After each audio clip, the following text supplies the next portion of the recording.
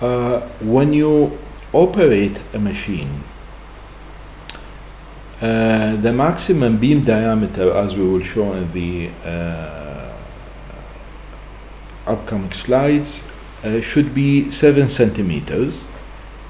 This is if you're using circular beams.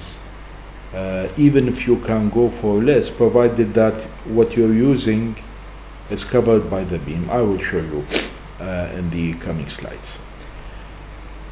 Rectangular collimation is better for intraoral sensors or films than the circular, because the amount of there is a substantial amount of reduction in the tissue exposure between the circular and the rectangular collimation. Minimum target, what we mean here is the source of radiation to the skin should be 20 centimeters. This is available in almost all of the machines in the market, and use an open-ended lead-lined cylindrical cones, or what we call as the position indicating device. What does this mean? Open-ended lead-lined cylindrical cones. It's a long sentence. We will try to explain it. And do not use plastic closed-ended pointed plastic cones. We will have an idea. So always go for open-ended against the closed-ended cones. Lead-lined cylindrical cones, preferably. If you go for even rectangular ones, it's even better. If you're still using films, go for the fastest available. D is slow now, E, and there is F now is available. However, I would suggest that you completely shift to digital sensors, because though there is degrade in the image quality, but this is on the expense of the very fast films. Sensors doesn't need high exposure. It's always advised that you go for using sensor holders or film holders. You don't want your patients to hold the film by their fingers. It is absolutely contraindicated that you hold the sensors for your patients. Sensor holders will help you align the X-ray with the tooth with the sensor. You don't assume angles here. It's all calculated, pre-calculated, and you can go back to the previous videos. I have gone thoroughly through how the sensor holders are used in the parallel technique. So try to avoid the use of the angle bisecting technique for your safety, for the patient's safety, to reduce the chances of the spread of infection. Of course, you have to avoid retakes and avoid by mastering your radiographic techniques, because if your technique is wrong, then the image, this will be, of course, it will end up with a bad image that doesn't help you in the treatment or in the diagnosis. And either way, you have to repeat. Repetition means doubling the exposure unnecessarily to the patient. So you have to have you have to be efficient in your technique. Lead aprons is indicated actually in the dental practice. However, in the OPG, there are many studies that don't advocate the use of lead aprons. In the intraoral radiography, it is indicated, especially if you are working close to the thyroid area, or where you expect the exposure to the thyroid. However, the gonads are far away from the oral area, but again, we just put the lead aprons for extra protection. Thyroid collars are also indicated. You will see here that some lead aprons come either with the thyroid collar attached, so it's a one piece. Sometimes it comes, the thyroid collar comes like a separate piece and you can use it separately. We're still in the radiation protection for the patient. Patient selection. The American Dental Association has issued a criteria for patient referral to the radiographic examination. You can go back to it.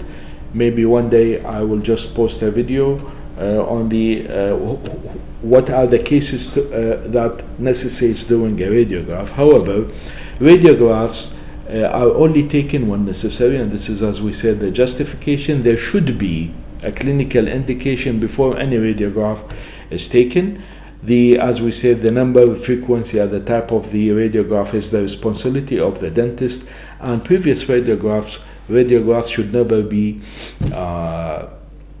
discarded because they have a record. You can refer back to them if you need, and a radiograph should never be discarded. So it's a record, so keep it for the record. If you are going to transfer your patient to another dentist, then please, with the patient files, try to give all the necessary radiographs or the available radiographs for this patient, so that you do not force the other dentist to take another radiograph just to for the sake of treatment. So if you have it, please just refer it or send it if it is digitally or anyway.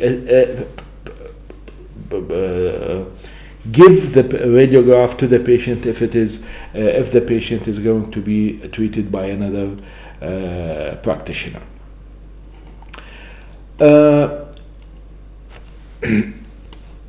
Remember the criteria or the specifications of the machine. You will find it always stuck on the X-ray machine. It tells you the model number, the output, the frequency, the output in kVp and the milliamperage, and it tells you again the serial number. Serial number is very important because this is a specific number for each X-ray machine. All the information you can find it stuck on the X-ray machine. It tells you about the kilovoltage, milliamperage, frequency, and the filtration of the machine. So plus of course it is also available with the documentation of the machine. And as we said, go for high DC generators. Maximum kilovoltage is 88 milliamperage, and minimum filtration. Minimum filtration, by the way, here is the disc which is placed in the way of the X-ray. This is the basic filtration. The added filtration is the filtration which is done by the glass, by the oil inside the X-ray machine. The total and the total filtration should be the added filtration plus the original filtration. Both of them should be 2.5. This is for the disc thickness of the disc which is placed inside in the way of the X-ray machine. Go back please to the X-ray machine and see where the filter is located. Maximum beam diameter should be 7 centimeters. Rectangular collimation for intraoral films, as we said, minimum target is 20 centimeters. However, there are in the market 40 centimeters or 41 centimeters. These are better in terms of image quality. They give you a very good sharp image. However, you have to increase the exposure time. So it's up to you between using a 20 to 41. Either way, don't go below 20 centimeters from the target to the skin of the patient. Open-ended, and you don't use the closed-ended plastic cones. Lead aprons, as you see, lead aprons over here, it comes either in an adult patient without a thyroid collar or with a separate thyroid collar. Different. And see, this one, it comes without a lead collar. This one is with a lead collar. For children, it comes usually with the lead collar just like this. Thyroid collar, as you can see in this one. So they come, with drawings, and it's just to make it apprehendable by the child patient. A proper placement of the thyroid collar should go from the lead apron should go from the thyroid, covering thyroid, down to the knees. Okay, so that it will cover the gonadal area to assure maximum coverage of the scattered radiation. Actually, by the way, this is only for the scattered radiation. Our main beam is going to be on the patient's skin, on the teeth. But there is a great chance of scattering radiation that the thyroid collar is the closest. So there is a chance of the thyroid collar being exposed to scattered radiation. This is the action or the function of the thyroid collar. One point, though, it's worth mentioning is that the lead aprons are made of plasticized lead. Lead is very heavy. You've tried these. It weighs around 5 to 6 or 7 kilos for the adult. Lead is a high atomic number, of course, but the problem with lead is that it is thin. If you keep on folding or the lead, it will crack. Sometimes minor cracks, you don't see them. Those cracks will allow X-ray to pass. By law, these should be tested annually by a fluoroscopy. They put it on an X-ray machine table, and they subject it to fluoroscopy, and they should allow no X-ray to pass. If there is a crack, minor cracks, minute cracks, and the lead apron allows the X-ray to pass, then it should be discarded. The best way to keep it working for a long period of time is to hang it straight. By hanging the lead apron straight, by the way, you should have a sturdy hanger, because these are, as I said, it's heavy. If you keep it straight, there will be no folding of the plasticized lead. These are composed of around 0.25 millimeter thick plasticized lead. So if you hang it straight, it will not fold, and thus it will not crack. So please keep it always hanging straight. As you can see here, there are a large number of lead aprons and thyroid collars hang properly, so that there will be no folding and subsequent cracking, which changes the which renders the the lead apron useless. Another way of hanging the lead apron, as you can see in here, there are heavy hangers just like here, or you can hang it from. It comes usually with areas that you can hang through. There are even mobile ones so that you can use them. Depends. These are sufficient actually for our purposes, so you just keep them whether they come without a thyroid or with a thyroid collar. Okay, now let's go to the patient protection for the staff. We said earlier that staff get their X-ray from working on patients. So the more you expose your patient, the more you're going to expose yourself and the staff to radiation. If you reduce the amount of exposure to the patient, okay, then naturally your exposure to radiation will be reduced. So when it comes to your protection, one, never hold the X-ray head during exposure. Sometimes what happens is that the X-ray head is heavy, because there's oil and the transformers inside. These are controlled by springs or hydraulic stoppers. These by time they will lose their efficiency, so the head will go down by its weight. So you want to support it, so you will hold it during exposure. This is a contraindication because when you hold it, you're going to receive scattered radiation from the patient.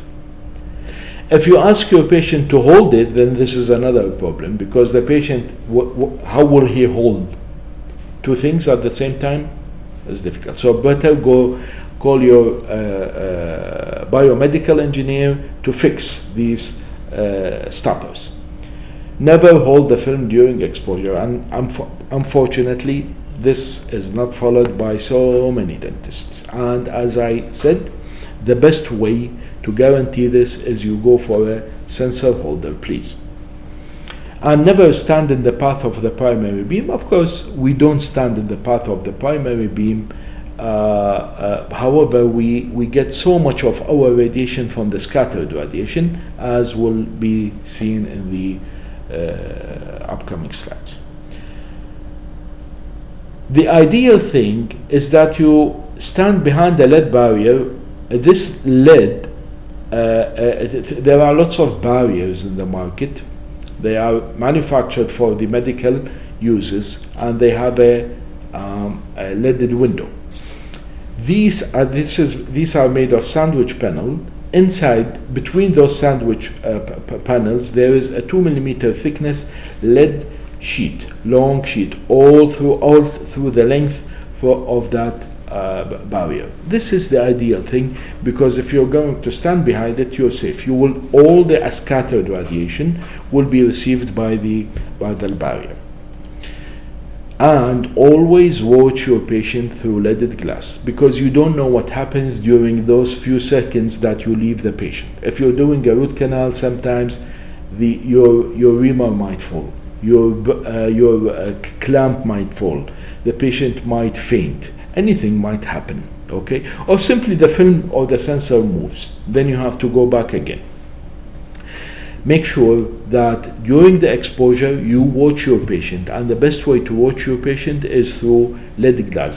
Leaded glass, this is a special type of glass in which lead is incorporated inside the glass, so when you watch through, you don't receive any scattered or primary radiation. So please, if you have this, go and buy it.